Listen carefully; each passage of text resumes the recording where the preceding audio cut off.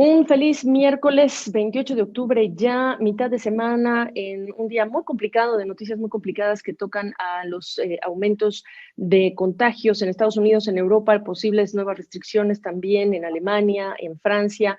El gran mensaje de que el coronavirus está aquí y llega el invierno en el hemisferio norte y la situación no parece que va a mejorar. Vamos a hablar de ese tema a lo largo de esta jornada, pero el día de hoy nos queremos enfocar en otro de los países que ha sido, pues, digamos que foco de nuestra preocupación e interés, que es Argentina, y lo estamos haciendo con Fernando Lozada de Oppenheimer and Company desde Nueva York. Fernando, me da gusto saludarte, muy buen día. La última vez que hablé de Argentina estábamos hablando de qué paraba y qué frenaba la caída del peso. Platicamos con Claudio Lozer al respecto. Y te quiero preguntar el día de hoy, ¿cómo está la situación en el mercado cambiario allá? ¿Cómo estás, Gabriela? Un placer estar aquí como siempre.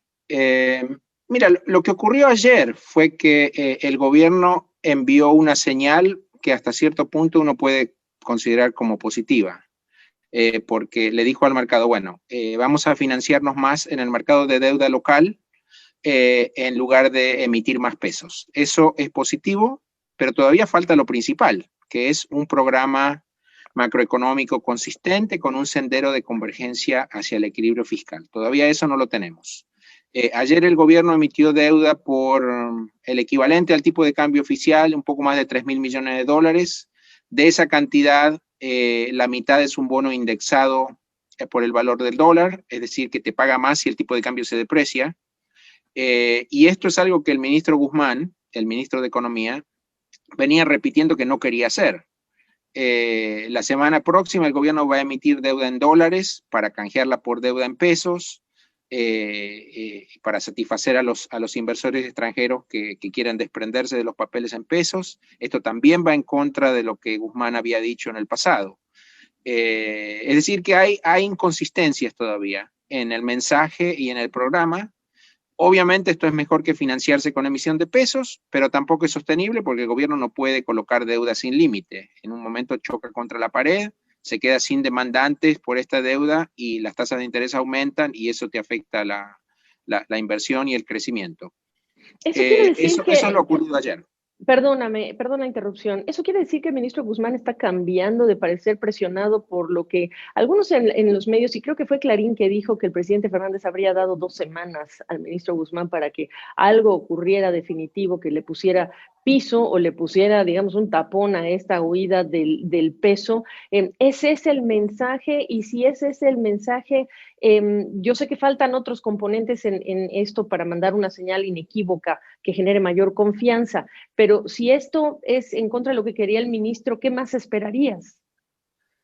Ah, yo te diría que hasta ahora la estrategia económica ha sido bastante contradictoria. Ha habido muchas marchas y contramarchas. El problema esencial, originario, básico, todavía sigue siendo el mismo.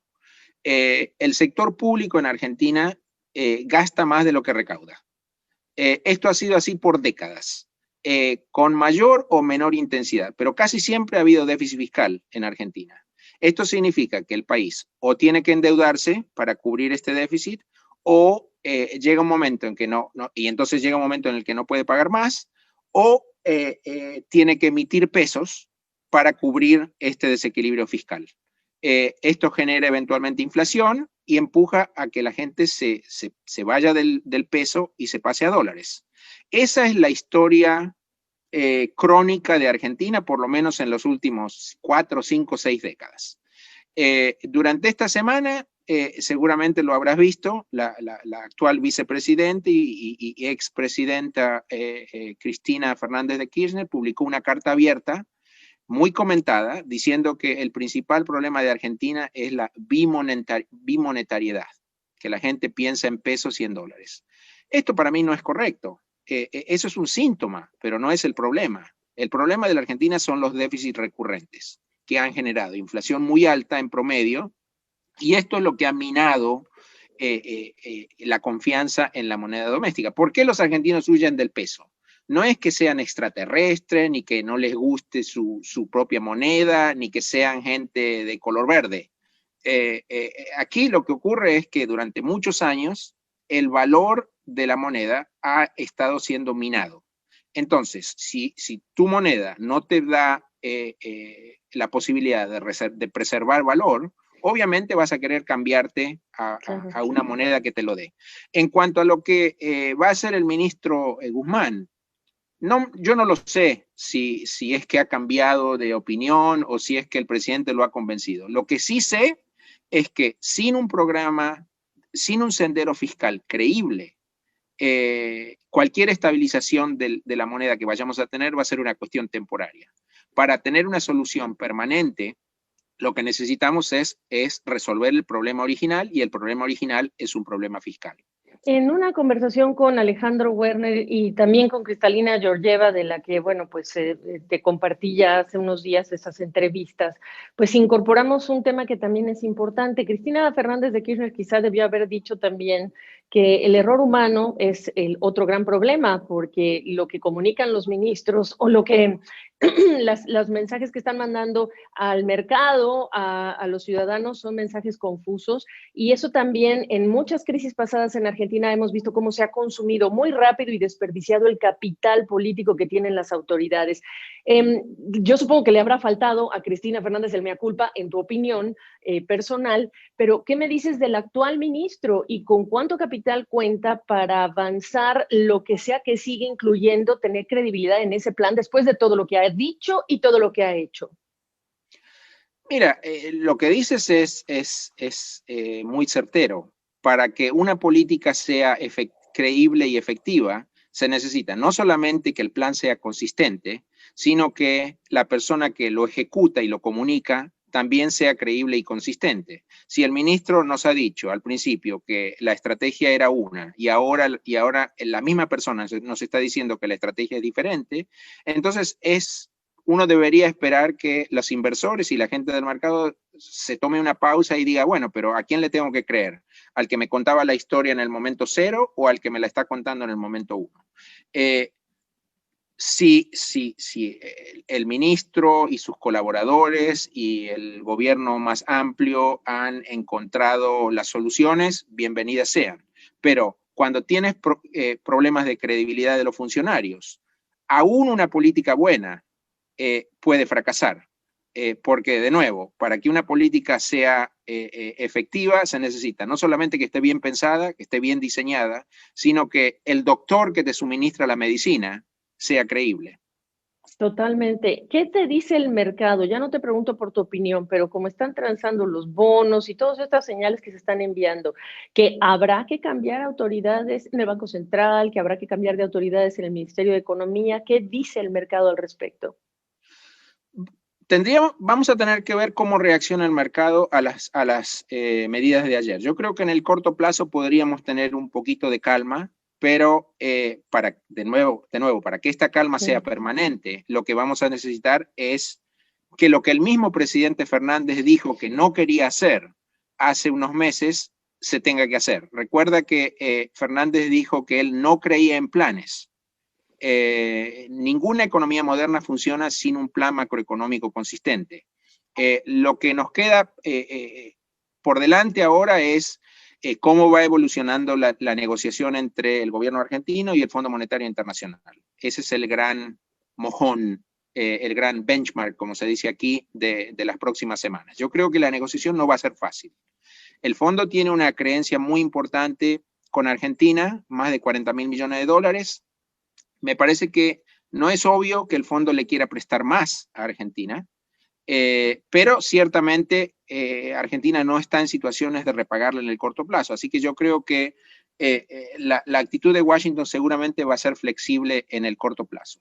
Pero esto no significa que Argentina vaya a lograr un acuerdo de largo plazo con el fondo sin ofrecer nada a cambio. Sí, Me da la sensación que... Ajá, adelante. Sí, perdóname. Me da la sensación que lo mínimo que Argentina va a tener que poner sobre la mesa es una promesa de un sendero fiscal convergente y algunas reformas estructurales que han quedado pendientes. Por ejemplo, pienso en la reforma del sistema pensional. Creo que aun si uno considera que este es un nuevo fondo con un rostro más humano y más flexible y que Kristalina Georgieva quiere ayudar a la Argentina y bla, bla, bla, aún así yo creo que hay ciertos conceptos, ciertas ideas que el fondo va a defender independientemente de la situación en la que estamos hoy en día. Y nada más para que se nos caiga la quijada y recordar la cantidad de dinero que se le prestó originalmente, 57,000 millones de dólares, acabó, bueno, cerrando la llave a Alberto Fernández, pero mirando a lo que ha dado el fondo en medio de esta pandemia, sigue siendo impresionante la cantidad de dinero que se le autorizó al gobierno en tiempos de Mauricio Macri, eso sin ninguna duda. Ahora, entonces, de esta visita que ya se promete para noviembre, importante el factor de qué se dice en privado y qué se dice en público y quién lo anuncia, si el FMI o si el propio ministro. El FMI, como tú dices, pues me imagino será muy cauto. ¿Cuál va a ser la medida del éxito de este nuevo viaje esperado dentro de lo que acabas de describir? ¿Todo lo que dijiste? Este es un paciente que tiene algunas señales que son muy visibles. Por ejemplo, qué es lo que está ocurriendo en términos del diferencial entre el tipo de cambio paralelo y el tipo de cambio oficial. Yo creo que una de las medidas que el mercado y los argentinos van a mirar es si esta brecha comienza a cerrarse, porque eso nos estaría diciendo que la fiebre está comenzando a bajar. Otra medida que la gente va a mirar es cuánto de lo que ha ocurrido en términos de la depreciación del tipo de cambio blue, como se llama en Argentina, se traspasa a precios domésticos y genera inflación doméstica. Todavía no lo sabemos. El gobierno continúa diciendo que no, que los precios domésticos están fundamentalmente asociados al tipo de cambio oficial, no al paralelo. Eso está por verse. Otra medida que creo que todo el mundo va a estar mirando. Y la tercera es cuán rápido Argentina sale de este valle de contracción tan profundo en el que ha caído este año. Desgraciadamente, esto depende no solamente de implementar las políticas adecuadas, sino también de cuán rápido se termina la pandemia, porque la realidad es que una buena parte de este shock negativo está totalmente fuera del control de las autoridades, tanto en Argentina como en el resto de la región. Sí, por supuesto. Y el agotamiento social, así que, Fernando, que va a ser un factor del que tendríamos que hablar en un futuro en relación con Latinoamérica, del cansancio, hartazgo que hay ya por todas estas restricciones. Ya viste las protestas que se han dado en España, las protestas que se dieron en Italia, y lo que nos viene a nosotros en Latinoamérica, pues suena delicado, por decirlo menos. Ahora, hablemos de México, Fernando, porque en unas horas tendremos no solamente la lectura del tercer trimestre para la economía estadounidense, sino que un día después tendremos el retrato de la economía mexicana, cómo le fue en ese mismo periodo. Las lecturas son distintas, el dato se presenta anualizado en Estados Unidos, pero al final de cuentas aquí la pregunta es cómo estás viendo la economía mexicana y los cambios que se están anunciando por parte de las autoridades. Todo parece indicar que México va a estar entre las economías más afectadas de América Latina en términos de actividad económica durante este año. Las estimaciones de consenso para el PIB durante el primer trimestre sugieren que podría contraerse en casi 9%, entre 8 y 9%, y recuerda que venía de contraerse casi 19% en el trimestre anterior. Es decir que aún si hay una recuperación durante el último trimestre del año, vamos a tener un número para todo el año 2020 que va a ser muy malo, va a estar cercano al 9 o 10%. Es decir, esto no se veía nunca en la historia de México. Creo que las señales de política también en México están siendo mixtas. Lo último que hemos tenido, como seguramente lo sabrás, es que ahora el presidente López Obrador ha dicho que planea prohibir, por ejemplo, subcontrataciones en el sector privado, lo que se denomina comúnmente como outsourcing. El outsourcing es una práctica muy común en el sector privado en Estados Unidos y en todos los países del mundo. Muchas empresas tienen personal de planta permanente, pero también subcontratan mano de obra para ejecutar tareas, por ejemplo, de mantenimiento, de limpieza, etc. Típicamente estos trabajadores están bajo contrato con una empresa de servicios que los selecciona, los monitorea, los chequea, pero trabajan en otra firma sin ser parte de planta permanente. Con esto, las empresas tratan de reducir costos laborales, el mercado laboral se hace un poco más ágil. Es una forma de reducir costos laborales. Lo que ha dicho López Obrador es que se han cometido abusos con esto. Y probablemente tenga razón, pero si se han cometido abusos, lo que hay que hacer es corregir esos abusos en lugar de eliminar la práctica de cuajo, que es lo que se dijo ayer. El problema, nuevamente, es que esta es una práctica muy común y eliminar el outsourcing podría poner a algunas firmas mexicanas en una situación desventajosa. Yo lo que te diría es que hoy en día México está en una encrucijada porque lo que estamos viendo es que la inversión privada no está comportándose bien. Esto tiene impacto, no solamente hoy, sino mirando hacia adelante, muy importante. Cuando tú no tienes, cuando la inversión está floja, lo que eso te está indicando es que la capacidad que tiene esta economía de crecer en el futuro está siendo comprometida. Entonces, no es sorprendente que tanto en el sector privado como, por ejemplo, el mismo Fondo Monetario Internacional haya estado revisando hacia la baja el crecimiento potencial del PIB de México, porque si hay menos inversión, menos acumulación de capital, lo que vas a tener en el futuro es menor posibilidades de crecer rápido. Y creo que aumentar costos laborales, imponer mayores regulaciones, no es el camino que México debería seguir en este momento. Y la prensa mexicana está hablando, Fernando, de que son unos 5 millones de empleos los que están en riesgo. Preguntarte el vínculo que tiene la posibilidad de que esto ocurra con el TEMEC y la relación que tiene México con Estados Unidos en materia comercial. Pero incluso se ha señalado a Napoleón Gómez Urrutia, no sé si tú conocerás a este personaje que, bueno, pues corresponde al sector minero. De ser el caso, como dices, es otro mensaje que se está mandando con una señal que preocupa. Y lo que tú decías es ese crecimiento potencial que también tú has señalado en otras ocasiones. ¿Qué relación o qué consecuencia tendría incluso en el contexto del TEMEC una medida de esta naturaleza? Y agregar, el presidente López Obrador así ha justificado todos los cambios que se han hecho desde el INSABI en el tema de las instituciones de salud, que es un desastre, lo de los fideicomisos, que también ha sido un desastre y que se estarían eliminando justamente por cuestiones de corrupción y porque no funcionan, y en lugar de arreglar, desaparece. Y esto es lo que tú estás diciendo ahora en ese mismo patrón. ¿Qué consecuencia le ves en el contexto del TEMEC y con Estados Unidos?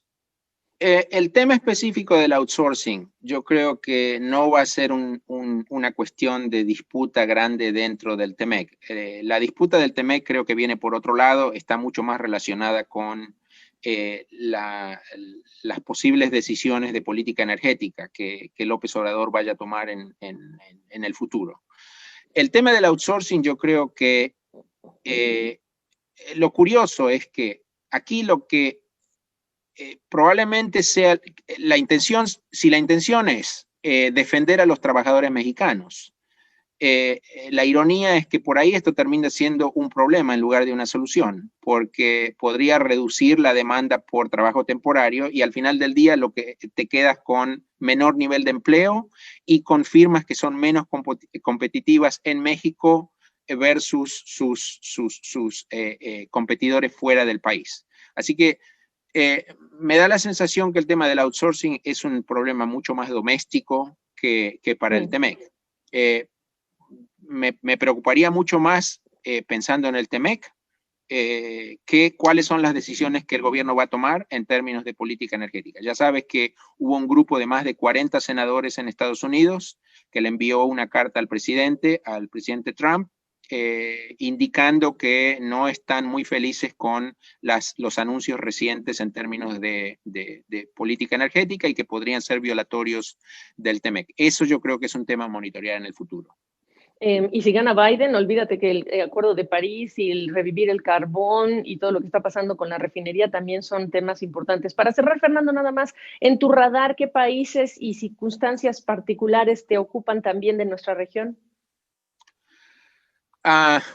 Mira, mi radar hoy en día lo tengo que agrandar al máximo porque mis preocupaciones no se circunscriben a un solo país, sino que son regionales. Las perspectivas de toda América Latina para el año 2021 dependen en primera medida de lo que ocurra con la evolución de la pandemia.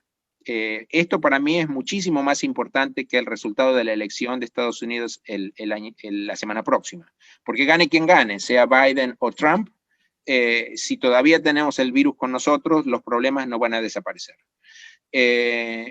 La solución de la emergencia sanitaria nos va a determinar si llegamos a tener una solución para la ruptura que ha habido en algunas cadenas de producción, si se restablece el flujo de turistas y sobre todo si se pueden ir reacomodando las cuentas fiscales en la región. No olvides que en toda América Latina, en mayor o menor medida, lo que ha habido es un deterioro fiscal descomunal durante este año, porque por un lado has tenido caídas de ingresos por la recesión regional, pero también has tenido muchísimas presiones por el lado del gasto, porque estos países han tenido que gastar en emergencia por el tema de la emergencia sanitaria. Yo creo que eso es lo que, si me permites, me quita el sueño. Mucho más que el resultado de la semana próxima y de lo que pueda ocurrir en algún país en particular. Por supuesto, ningún país es igual al otro, pero hay una suerte de nube, si no negra, un poco gris todavía, que está dada por la continuidad de la pandemia. Pues sí, así es. Y lo que viene, pues no, todavía no es bonito. Y entonces esta es una carrera de resistencia, digo yo, Fernando, por cómo están las cosas y de prudencia. Te agradezco la oportunidad de tu análisis y hasta cualquier momento, Fernando Lozada, gracias. Gracias a ti, como siempre.